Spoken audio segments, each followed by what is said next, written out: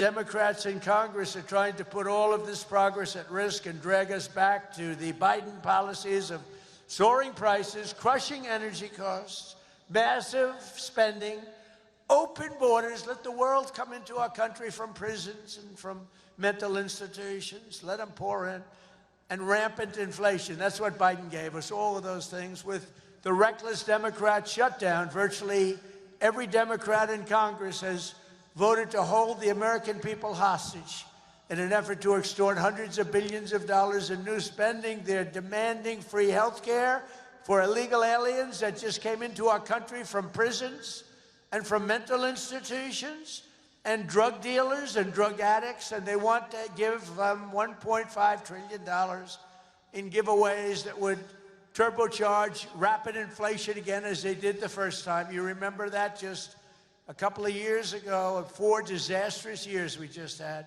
They were the worst years. Meanwhile, the radical left Democrats are causing millions of Americans who depend on food stamps to go without benefits. They're forcing federal workers to go without paychecks, and they're stranding thousands of travelers at the airports. And you understand it, and they understand it. All because they want to return to the failed Biden policies that created, and also Obama policies. I watched him the other day up talking, well, Donald Trump is a mean person. I'm not a mean person. I just want to have a country that's great again. Is that okay? I'm not a mean person. He's a mean person. He's a divider. He's a divider. Obama, Barack Hussein Obama. And by the way, ask him how he's doing on his museum library. He's got hundreds of millions of dollars of cost overruns. It's come to a dead halt. He built it in not a particularly good location. He's not into real estate, you know? He doesn't know about location. He doesn't know about location. But he built it in a location that's not going to be too good. But the thing has come to a dead halt. It's way over budget. It's sort of like Gavin Newsom in California. He's got a train that was supposed to go from San Francisco to Los Angeles, which is a stupid idea because an airplane is faster. I don't care how fast it goes. And they had plenty of airplanes. San Francisco, inside San Francisco to inside right there, L.A.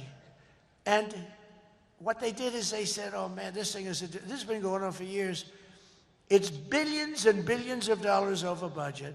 So what they decided to do is cut it so that it doesn't go into San Francisco and into L.A. It goes way short of both. And then they cut it again and again and again. Pretty soon they're going to have like 2 miles of track. Billions and billions of dollars. Totally incompetent. The biggest cost overrun proportionately that I've ever seen. Many, many, many times more. And it's no longer the same. It was supposed to go into the city. Now it's way short, many miles short of the city. So they're going to drop you off and you can walk the rest of the way. That train is going to haunt him. You watch, because he doesn't have what it takes. I tell you that. Slimy guy. He's a slimy one. Maybe that should be his nickname. Slimy Newsom, right? But he doesn't have it. But you look at that train, it's going to cost him. Republicans have voted 14 times to fund the government. And it's time for Chuck Schumer, crying Chuck. Remember he started crying at the airplanes? They were the worst forced tears. I've known him all his life. He's never cried. But he broke down in tears.